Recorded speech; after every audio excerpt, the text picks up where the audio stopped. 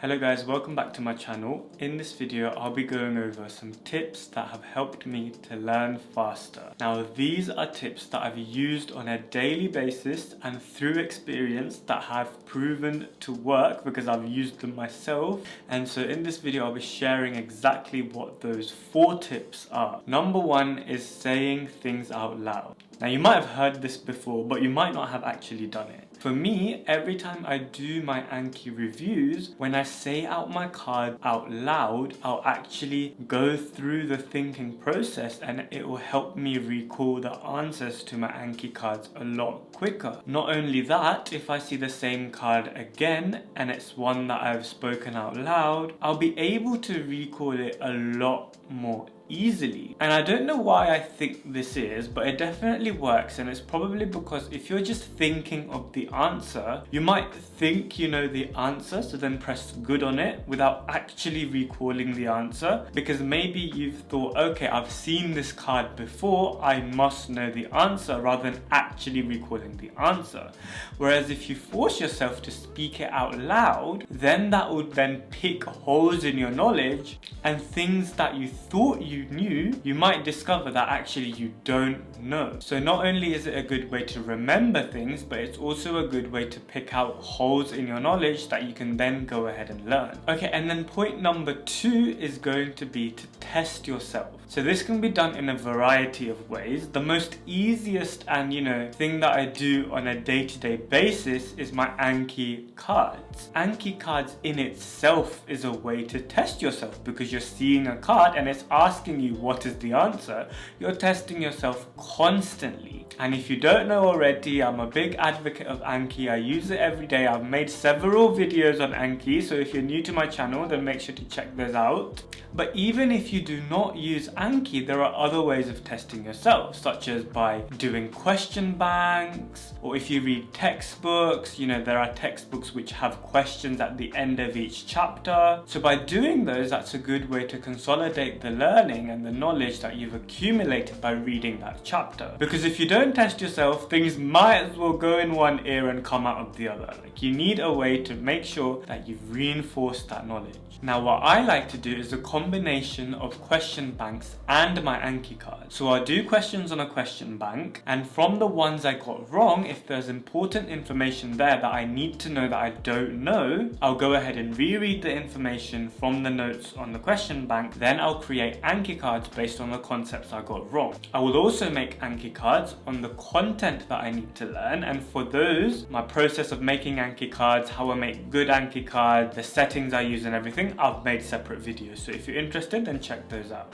Okay, and the third thing I wanted to talk about, which is actually really important and you may not even think it is sleep. Days where I've had less sleep, when I wake up, my Anki reviews will take a lot longer. And a card which is a review, meaning I should already know the answer, it will take me forever to even recall the right answer. Whereas days where I've had enough sleep, I'll smash through the reviews as quick as possible, and those reviews will take me a lot less. And the only difference between those 2 days is one, I've not slept very much, and the other one, I've had enough sleep. It's not because the concepts on one day are a lot harder and the concepts on this day where I've slept are a lot easier. The only difference is I've slept well in days where I can answer my reviews properly. And I'm not talking about new cards. New cards take longer to answer because you haven't fully learned that information. However, with reviews, cards I should know, cards I should get right instantly, when I've not slept enough, it takes me forever. So this is speaking from first-hand experience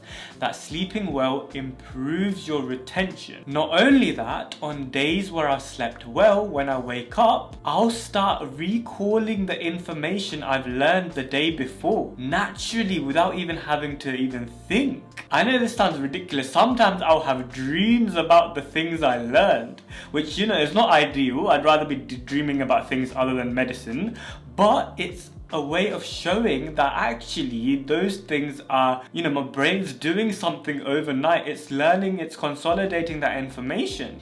Whereas days I don't have enough sleep, I just wake up groggy, I hate everyone, I can't do my reviews take forever, I don't remember anything that I learned the night before, so all my learning from the night before may as well have been a write-off. Like I may as well have not put in that effort because I'm not going to remember that information anyway. So believe it or not, you probably heard it many times before, but do you actually do it? Sleep is very, very important. Okay, and then the final thing I want to talk about is a concept called associative learning. If this concept is new to you, basically let me just go through how it pans out in my day-to-day life. Have you ever sat there when you've done or you're doing an Anki card or you're doing your reviews and all of a sudden you think of a related concept? So say for example a question asked you, okay, how do you reverse warfarin? And all of a sudden you think, okay, how do I reverse other types of anticoagulants? And then you'll have a think about, what those answers were. And that's associative learning, is because your brain is trying to associate reversal of anticoagulants as one particular topic.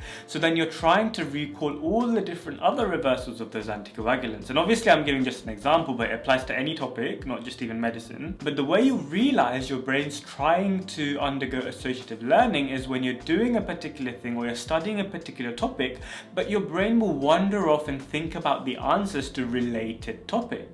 And it might be intuitive to shut down that, curiosity and go, right, okay, I'm only studying this today, like let me ignore my brain. However, that's a signal that your brain's trying to make those connections between those topics. And so the best thing to do here is to satisfy those urges.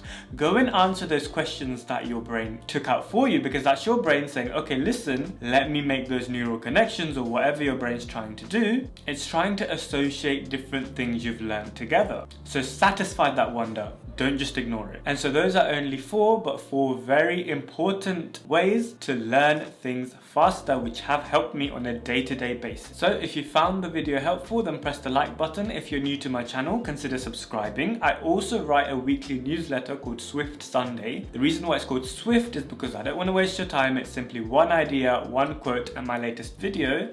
So if you're interested, check out previous issues, link in the description below, and you can also sign up there. Check out my other videos on Anki, medical school notes, and all of that stuff that I make on my channel. With that being said, thank you very much for watching, and I'll catch you again in my next video.